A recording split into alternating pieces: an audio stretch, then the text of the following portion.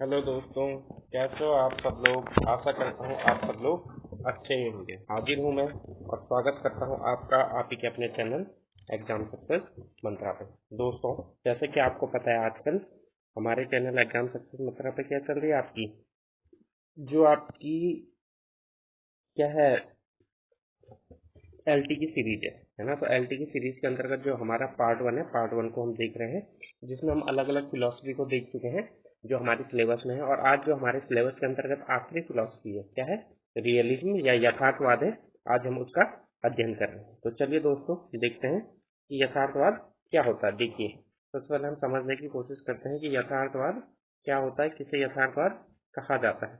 अब देखिए, ठीक है, यथार्थवाद को इंग्लिश में क्या कहा जाता था, रियलिज्म कहा जाता है। तो इंग्लिश में क्या कहा जाता था, रियलिज्म कहा जाता है। ये तो सभी को खैर पता ही होगा, इससे तो कोई दिक्कत नहीं होगी। क्या कहा जाता है, यथार्थवाद कहा जाता है। अभी देखो, जो रियल शब्द की उत्पत्ति, अब जो रियलिज्म भी है ना, ये रियल प्लस इज्म से मिलकर बना है। इसमें जो मेन है, इज्म का तो आप समझ गए, वाद होता है। लेकिन जो रियल शब्द है, रियल शब्द का अर्थ क्या होता है, देखिए, जो रियल शब्द है ये लैटिन भाषा की किससे बना है, आपसे आपसे पूछा जा सकता है रियलिज्म शब्द कौन सी भाषा से बना हुआ है, तो लैटिन भाषा से बना हुआ है। अब लैटिन भाषा के कौन से शब्द से बना हुआ है, रियलिस्ट शब्द से बना हुआ है। ठीक है, ढंग से देखिए, रियलिस्ट। तो आपसे कई बार पूछा जा सकता है कि जो रियलिज्म शब्द है यह लैटिन भाषा की कौन से शब्द से बना हुआ है। आपका दे देगा रियल लिख के, रियलिस्ट दे देगा, अलग अलग तरीके से देगा। तो आपके यहाँ पे स्पेलिंग REALIST, रियलिस्ट से बना हुआ है। अब जो रियलिस्ट शब्द है, रियलिस्ट शब्द भी किससे मिलकर बना है, रिस्ट से मिलकर बना हुआ है, रेस्ट RES से मिलकर बना हुआ है, जिसका अर्थ क्या होता है, वस्तु। जिसका अर्थ क्या होता है, वस्तु। इस प्रकार रियलिज्म शब्द का शाब्दिक अर्थ क्या हुआ, वस्तुवाद, ये वस्तु संबंधी विचारधारा। ठीक है, तो सबसे पहले आप समझ गए होंगे। देखिए, मैंने आपके यहाँ पे शॉर्ट में भी लिख के लाया, जो रियलिज्म शब्द है, ठीक है, वो किससे मिलकर बना हुआ, रियल से मिलकर बना है। जो रियलिस्ट है वो किससे रियल शब्द है वो किससे मिलकर बना है, रियलिस्ट से मिलकर बना हुआ। अब जो रियलिस्ट है वो किससे मिलकर बना, रिस्ट से मिलकर बना हुआ। रिस्ट का अर्थ क्या होता है, वस्तु। तो इस प्रकार हमारे पास रियलिज्म का अर्थ क्या हो गया, वस्तुवाद, अर्थात वस्तु से संबंधित ज्ञान। और वस्तु क्या है, जो हमें प्रत्यक्ष दिखाई दे रही है उसी को हम क्या बोलते हैं, वस्तु। यानी जो भी चीज हमें प्रत्यक्ष दिखाई दे रही है उसी को हम क्या बोलते हैं, यथार्थवाद बोलते हैं। ऐसा किसका मानना है, यथार्थवादियों का मानना है इस तरीके से। तो चलिए अब हम आगे देखते हैं, आगे और क्या क्या बोलते हैं हमारे पास यथार्थवादी। अब देखिए, अब समझते हैं, इनके अनुसार संसार की वस्तुएं यथार्थ है और इंद्रियजन्य ज्ञान ही क्या है, सत्य है। ठीक है, तो अभी अब तक हमने जैसे क्या देखा था, प्रकृतिवाद देखा। तो प्रकृतिवाद भी इंद्रियजन्य ज्ञान को ही सत्य मानता था। उसी तरीके से जो हमारे पास यथार्थवाद है, यथार्थवाद भी किसे सत्य मानता है, इंद्रियजन्य ज्ञान को ही सत्य मानता है। यानी अर्थ क्या हुआ इसका, ऐसा ज्ञान जिसे हम अपनी इंद्रियों द्वारा महसूस कर पा रहे हैं, केवल वही ज्ञान सत्य है, उसके अलावा कोई भी ज्ञान सत्य नहीं है। ऐसा किसका मानना है, यथार्थवादियों का मानना है। चलिए अब आगे देखते हैं। जो कुछ हमारे सामने है, जो कुछ भी हमें दिखाई देता है वही सत्य है। इसके अनुसार बाह्य जगत मिथ्या नहीं वरन क्या है, सत्य है। बाह्य जगत का अर्थ क्या हो गया, भौतिक जगत। ठीक है, तो ये क्या कहता है, जो हमें दिखाई दे रहा है, यानी भौतिक जगत। तो भौतिक जगत क्या है, सत्य है। जबकि जो हमारे पास कुछ आए थे, है ना, जैसे हमने पर क्या पढ़े थे, अभी कुछ दर्शन पढ़े थे, वहां पर क्या कहते थे, भौतिक जगत तो क्या है, मिथ्या है। सत्य क्या है, केवल परमात्मा सत्य है। ठीक है, तो ऐसा भी कुछ दर्शनों को मानना था। लेकिन जो यथार्थवादी दर्शन है, यथार्थवादी दर्शन क्या कहता है, ठीक है, जो बाह्य जगत है यानी जो भौतिक जगत है वही सत्य है, वो मिथ्या नहीं है। क्यों, क्योंकि वो तो हमें दिखाई दे रहा है, तो इसलिए वो झूठ नहीं हो सकता। चलिए अब आगे देखें।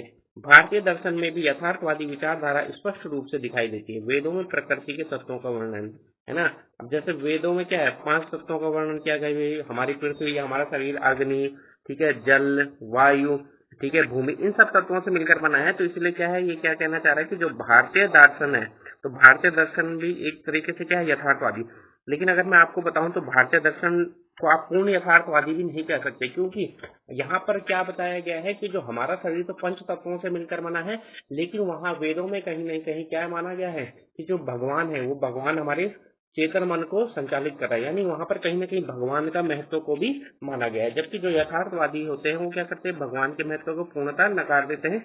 इसलिए क्या कह सकते हो आप, जो भारतीय दर्शन है, भारतीय दर्शन में यथार्थवाद की बात तो की गई है, लेकिन पूर्ण रूप से यथार्थवादी दर्शन नहीं है भौतिकवादी। ठीक, जो भारतीय दर्शन है था। देखिए, जो एक भारतीय दर्शन आता है, चरवाक दर्शन। चरवाक दर्शन पूर्ण रूप से क्या है, भौतिकवादी है। ठीक है, आपसे यह जगह पूछा जा सकता है कि कौन सा भारतीय दर्शन पूर्णतः भौतिकवादी है, तो कौन सा, चरवाक दर्शन।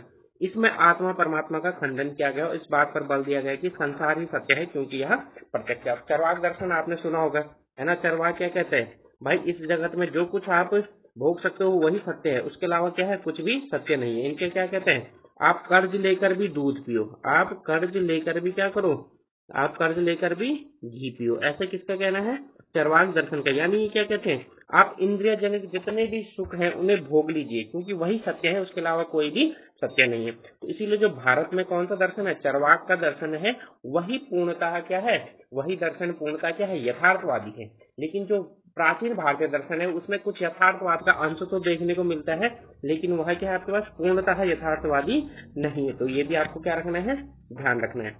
तो चलिए अब हम देखते हैं क्या यथार्थवाद से संबंधित कुछ परिभाषाएं, यानी जो हमारे पास यथार्थवादी दार्शनिक आए थे उन्होंने यथार्थवाद की कौन कौन सी परिभाषाएं हमारे पास दी है, जो आपसे सीधे सीधे पेपरों में पूछी जा सकती है। तो देखिए क्या कहते हैं, यथार्थवाद वह सिद्धांत है जो मानता है कि भौतिक जगत चेतन मन से स्वतंत्र है। भौतिक जगत क्या है, चेतन मन से स्वतंत्र है। अर्थात ये क्या कहते हैं, जो मन है, ठीक है, जो भौतिक जगत यानी जो भी चीजें हमें दिखाई दे रही है वो क्या है, मन से अलग है, वो क्या है, मन से स्वतंत्र है। यानी उसका जो आपकी वस्तु है उसका मन से कोई लेना देना नहीं। मन से लेना देना क्या, भगवान से कोई लेना देना नहीं है। जो वस्तुएं आपको दिखाई दे रही है वही सत्य है। तो आपको ये याद रखना है कि ये पॉइंट किसने कहा था कि भौतिक जगत चेतन मन से सत्य है। तो ये किसने कहा था, आपका सीवी गुड ने कहा था। सीधे सीधे आपसे पूछा जा सकता है कि किस यथार्थवादी विचारक के अनुसार भौतिक जगत चेतन मन से स्वतंत्र है। तो सीवी गुड के अनुसार। चलिए अब अगला देखते हैं।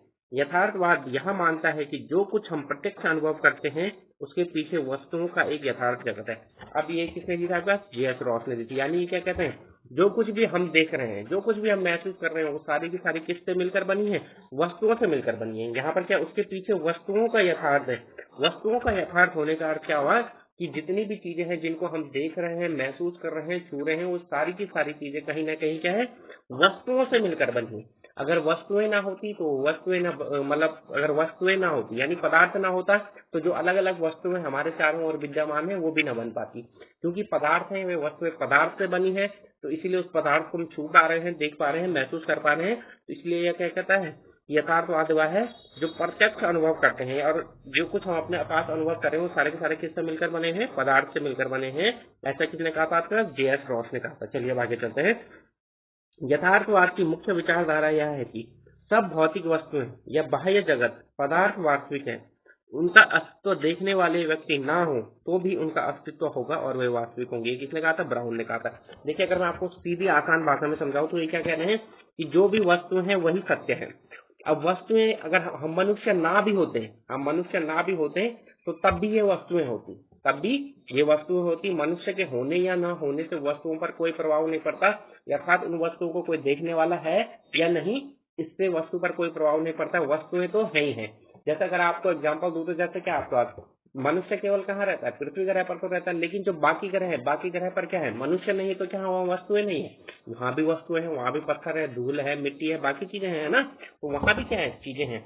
तो यही चीज कौन कहता है, ब्राउन कहता है कि मनुष्य हो या ना हो, ठीक है, पर वस्तुएं तो है ही है थी और रहेंगी। ऐसा किसका मानना है, ब्राउन का मानना है। तो ये भी आपको ध्यान रखना होगा।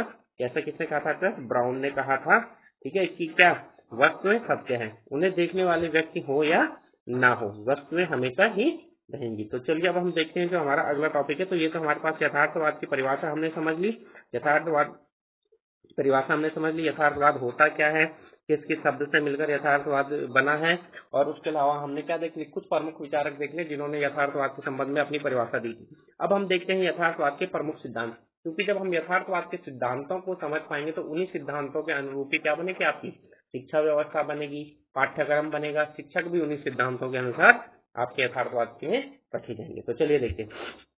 पहला सिद्धांत तो क्या है, यथार्थवादी क्या कहते हैं, जो इंद्रियां हैं वो ज्ञान का द्वार है, ठीक है, वो क्या है, इंद्रियां ज्ञान का द्वार। यानी यथार्थवाद के अनुसार ज्ञान इंद्रियों तथा वस्तुओं के संपर्क द्वारा जो भी संवेदन प्राप्त होता है वही क्या है, वास्तविक सत्य है। यानी ये क्या कहते हैं, जब वस्तु है, वस्तुओं को हम अपनी इंद्रियों द्वारा छूते हैं, जब हम इंद्रियों द्वारा छूते हैं तो हमें इंद्रियों द्वारा उस वस्तु के बारे में ज्ञान प्राप्त होता है।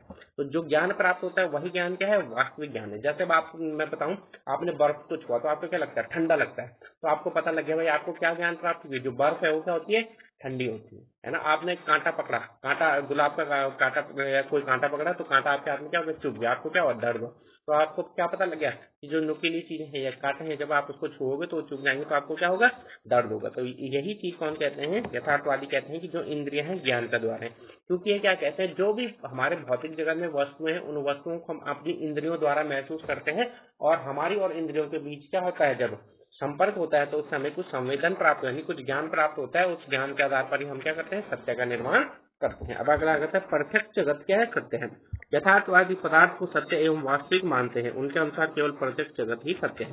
प्रत्यक्ष जगत का अर्थ आप समझ ही चुके होंगे, यानी जो हमें दिखाई दे रहा है हमारे आसपास है, जिसे हम महसूस कर सकते हैं इंद्रियों द्वारा, केवल क्या है, वही सत्य है। उसके अलावा ये ना तो आत्मा में मानते हैं, ठीक है, उसके अलावा ये क्या मानते हैं, ना तो ये आत्मा में मानते हैं और ना ही ये क्या मानते हैं, परमात्मा में मानते हैं। ठीक है, आत्मा परमात्मा भगवान उसमें किसी नहीं मानते। क्यों, क्योंकि ये मानते क्या वो प्रत्यक्ष है, वो प्रत्यक्ष नहीं है।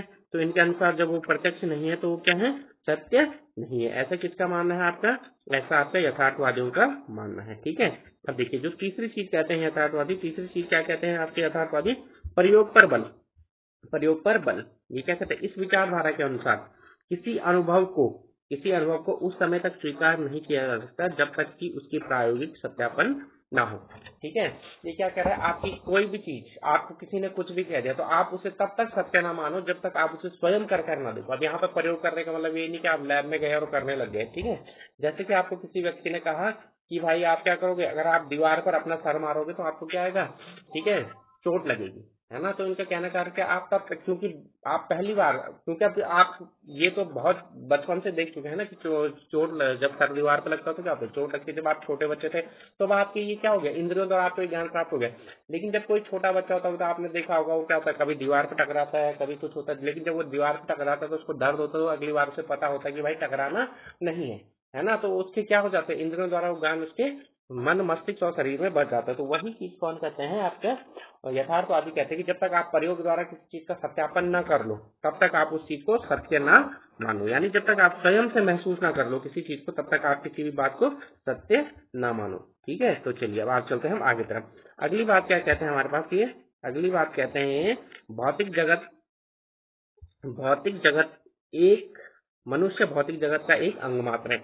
यानी ये क्या कहते हैं कि जो मनुष्य भौतिक जगत है वो तो है ही है, मनुष्य ना भी होता तो वो भौतिक जगत तब भी होना था। जैसे कि मैंने आपको बताया ऊपर, वो क्या कह रहे कि जो मनुष्य है वो भौतिक जगत का क्या एक अंग है, यानी एक पार्ट है जो उसके साथ क्रिया और प्रतिक्रिया करता है। अगर मनुष्य ना भी होगा तो भी ये वातावरण रहेगा और अपनी क्रिया प्रतिक्रिया करता रहेगा, अन्य पदार्थों के साथ क्या करता रहेगा, क्रिया प्रतिक्रिया करता रहेगा। अब देखिए यथार्थवाद के अनुसार मानव भौतिक जगत का एक क्या है, अंग है। उसके पास मन ज्ञान इंद्रिय है, उसके पास क्या मनुष्य का ज्ञान इंद्रिय, जिसके द्वारा वह भौतिक जगत की वस्तुओं को ज्ञान की दृष्टि से देखता है। तो ज्ञान इंद्रिय होती है, तो ज्ञान इंद्रिय द्वारा ही हम क्या करते हैं, वस्तुओं को टच कर या छूकर या सूंघ कर, ठीक है, या जितनी भी हमारे पांचों ज्ञान इंद्रिय हैं, पांचों ज्ञान इंद्रियों के द्वारा हम क्या करते हैं, वस्तुओं का अनुभव करते हैं और उस अनुभव के आधार पर हम अपने ज्ञान का निर्माण करते हैं। तो यह किसका मानना है कि मनुष्य भौतिक जगत का एक अंग है, यथार्थवादियों का ऐसा मानना है। तो ये चार मुख्य उद्देश्य थे किसके, आपके यथार्थवादियों की। चलिए अब हम एक लास्ट वो देख लेते हैं कोटेशन, ठीक है, किसकी है ये देखिए। नव यथार्थवाद का उद्देश्य, यानी नव यथार्थवाद भी क्या है, यथार्थवाद का एक प्रकार ही है। नव यथार्थवाद का उद्देश्य एक ऐसे दर्शन का प्रतिपादन करना है जो कि सामान्य जीवन के सत्य हो तथा भौतिक विज्ञान के निष्कर्ष के अनुकूल हो। ठीक है, तो ये क्या कह रहा है, ठीक है, आपका जो कौन है, जो रस्क है या जो नव यथार्थवाद है वो क्या कहना चाह रहा है आपका, वो कहना चाह रहा है कि क्या है, ठीक है, नव यथार्थवाद का उद्देश्य एक ऐसे दर्शन का प्रतिपादन करना है जो कि मानव जीवन के सत्य हो, यानी मानव जीवन में जो भी सत्य है तथा जो भौतिक विज्ञान के निष्कर्ष के अनुकूल, यानी जो आपने प्रयोग किया और प्रयोग द्वारा जो आपको प्राप्त हुआ उन्हीं को, ठीक है, उन्हीं को दर्शन के रूप में प्रतिपादन करना किसका कार्य है, नव यथार्थवाद का कार्य है। ऐसा किसने कहा, रस्क ने ऐसा कहा। तो ठीक है दोस्तों, आज हमने क्या देखा, आपका यथार्थवाद की परिभाषा देखी, यथार्थवाद का सिद्धांत देखा। तो दोस्तों आज हम यहीं तक रखते हैं। अब हम कल देखेंगे यथार्थवाद एवं शिक्षा के, या यथार्थवाद के अनुसार आप क्या कर लिए, शिक्षा। उसके बाद हम देखेंगे और साथ ही साथ हम कल देखेंगे यथार्थवाद के अनुसार पाठ्यक्रम और शिक्षण विज्ञान। उसके बाद हमारी 2-3 चीजें और बच जाएंगी जिसे हम परसों खत्म कर लेंगे। उसके बाद हम देखेंगे जो हमारे पास फिलोसोफर है, ये तो क्या देखा हमने, फिलोसफी देखी है ना, ये तो हमने क्या देखा, दर्शन देखा। अब इसके बाद हम देखेंगे दार्शनिक देखेंगे, जैसे प्लूटो हो गया, हीगल हो गया, ठीक है, और जो हमारे क्या है भारतीय विचारक हैं अरविंदो, यानी उन विचारकों को देखेंगे जो आपके सिलेबस में है। तो ठीक है दोस्तों, स्वस्थ रहिए, मस्त रहिए, हमारे चैनल एग्जाम सक्सेस मंत्रा से जुड़े रहिए। और हाँ दोस्तों, अगर आपके कोई भी दोस्त हैं जो उत्तराखंड एलटी की तैयारी कर रहे हैं तो आप अपने दोस्तों के साथ भी जरूर शेयर कीजिए कि वे आपके चैनल एग्जाम सक्सेस मंत्रा से भी उत्तराखंड एलटी की तैयारी कर सकते हैं। ठीक है दोस्तों।